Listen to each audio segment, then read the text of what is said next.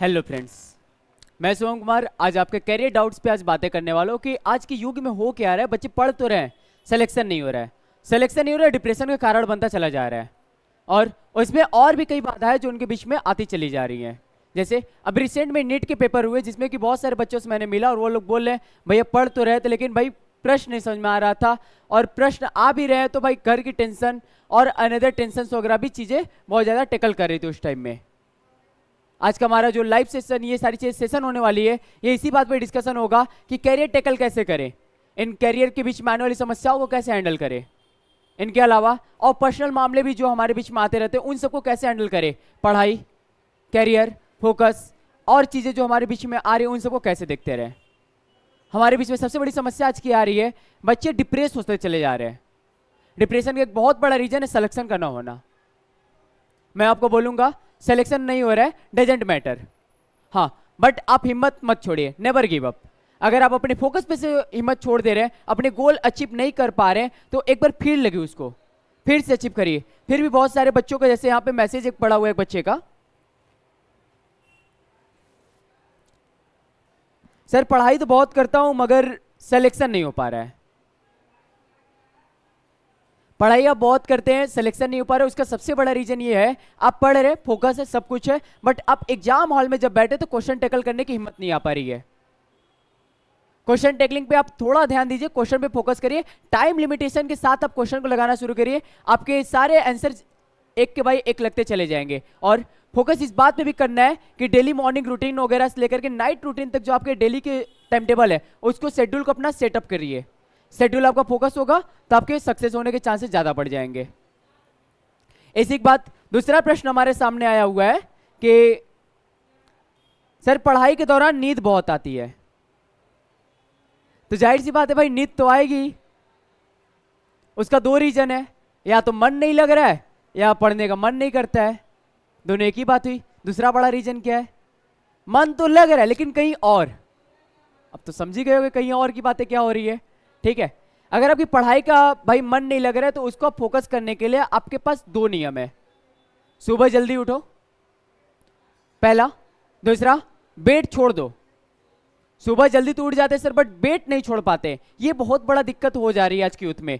उठते ही पहले फोन हाथ में आता है, पहले इंस्टाग्राम के रील्स वगैरह स्क्रॉल करेंगे, यूट्यूब्स के वीडियो देखेंगे, तब जाकर के हम बेड छोड़ते हैं। लगभग 4 बजे तो सुबह बोला था उठने के लिए, लेकिन 4 बजे के बाद हम बेड छोड़े 6 बजे। ये नहीं होना चाहिए। 4 बजे उठे, 4:02 पे आपको बेड छोड़ देने। 2 मिनट के बीच में क्या करना है, उठे, आंखों को बंद किए ही हाथों को ऐसे से रगड़ा।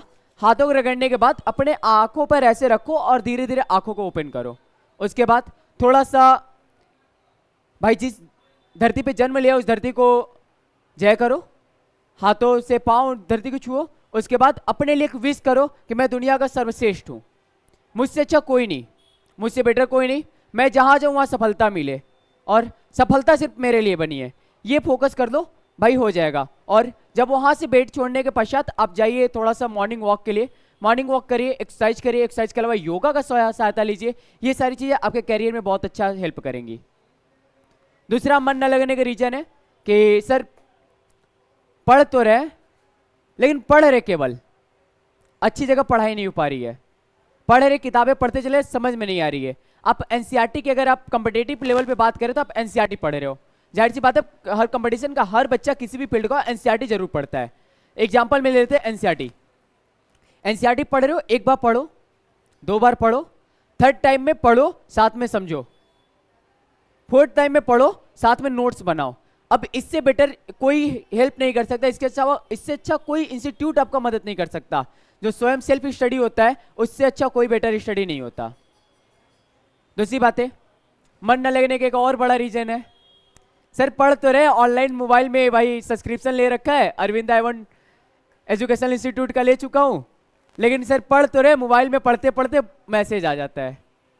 मैसेज आता किसका है, ये भी मैटर करता है। मैसेज घर का आता तो मैसेज करके भेज दिया कि भाई पढ़ाई करे, बाद में कर रहे हैं, लेकिन मैसेज उसका आ गया तो करे क्या। तो सारे नोटिफिकेशन को म्यूट करो, आगे बढ़ो।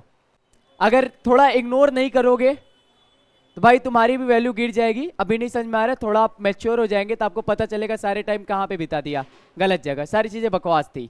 हाँ, अगर आपको अफेयर मामले में आगे जाना है तो आप जाओ, बट बेटर वे से आप भी पढ़ो, उसको भी बोलो पढ़े, दोनों लोग साथ में पढ़ो, साथ में सक्सेस हो और एक साथ निकलो। अब बहुत सारे करियर ऑप्शन में देखा होगा आपने कि लवासना में बहुत सारी लोगों की लव स्टोरियां बनना शुरू होती हैं।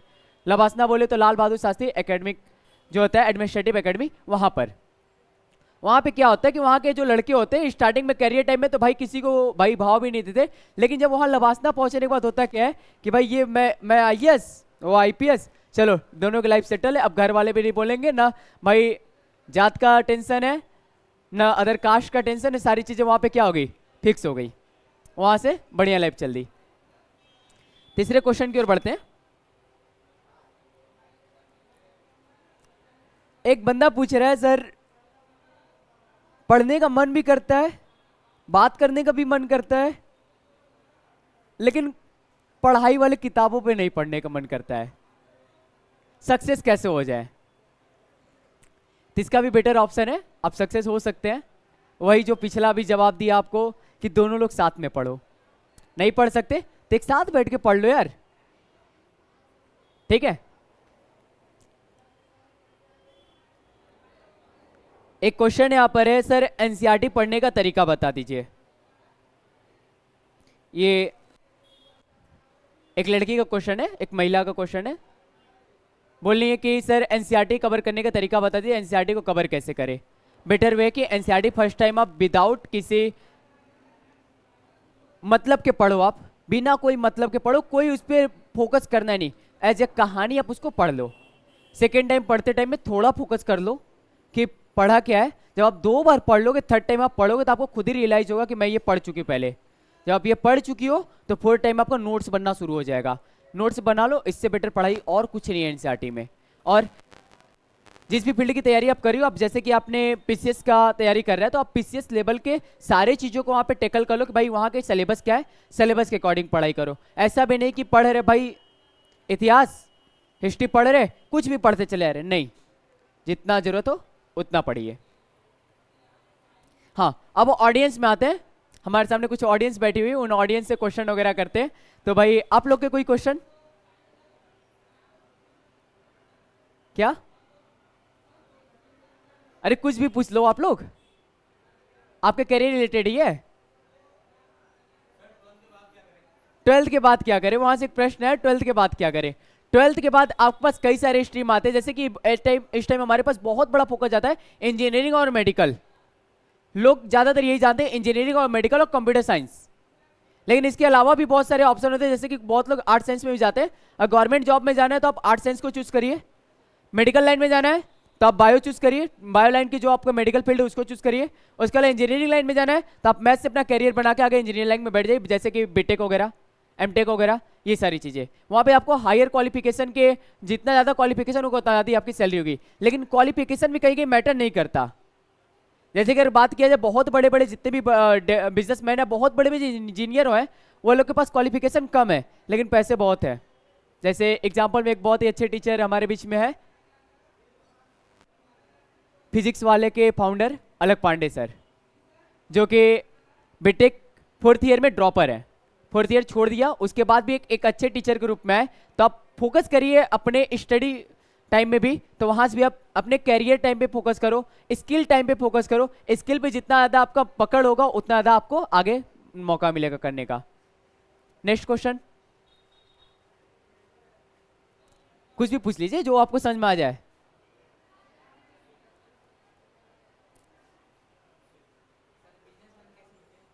क्या भाई? बिजनेस लाइन में कैसे जाए? बिजनेस लाइन के लिए हमारे पास आता है मैनेजमेंट कोर्स, 12th के बाद जस्ट होता है बीबीए। अगर आप 10th पास हो भी, तो यहाँ पे कुछ 10th पास के भी बच्चे बैठे हुए, तो जो उनके लिए भी बता देता हूँ, आप 11th में बिजनेस लाइन की एजुकेशन को ले लो। आप जैसे कॉमर्स साइड से, अब कॉमर्स नहीं करना चाहते आप मैथ लाइन भी ले सकते हैं, मैथ साइड से भी आप पढ़ सकते हो। उसके बाद बिजनेस लाइन जाना है तो स्टडी के साथ साथ मार्केट में भी समय बिताओ। मार्केट आपको एक बढ़िया एक्सपीरियंस देगा, स्किल देगा, जो आपको बहुत आगे ग्रोथ कराएगा। क्या? हाँ, इनका क्वेश्चन है कि अगर मैं बायो लिया तो क्या मैं बिजनेस लाइन में जा सकता हूँ? बिल्कुल जा सकते हैं। मैंने अभी बताया कि 4th ईयर में ड्रॉपर बच्चा है, मतलब 4th ईयर के ड्रॉपर थे हमारे अलक पांडे जी, ठीक। फिर भी आज उनकी जो एजुकेशन फील्ड है वो बहुत ज्यादा क्या कर चुका है, ग्रो कर चुका है। तो भाई ये एक बिजनेस ही तो है। बिजनेस का मतलब होता है जो हमारे 3 चीजों को पूरा कर दे, रोटी कपड़े मकान, जरूरतों को जो पूरा कर दे वो बिजनेस कहलाता है। और बायो से लियो तो भाई डॉक्टर लाइन भी एक बिजनेस लाइन ही है। सेवा के साथ साथ एक अच्छा बिजनेस कैरियर ऑप्शन भी बन सकता है। नेक्स्ट, आप लोग भी कुछ सवाल पूछते रहिए। ये बेचारे बोल रहे रात को सर पढ़ते टाइम में नींद बहुत ज्यादा आ जाती है। तो उसका रीजन है भाई डिजिटल चैटिंग जब ज्यादा होगा तो भाई नींद तो आएगी। तो डिजिटल चैटिंग को अपने कम कर दीजिए, ठीक है, तो आपके करियर ऑप्शन ज्यादा हो जाएंगे। नेक्स्ट क्वेश्चन, चलिए अच्छा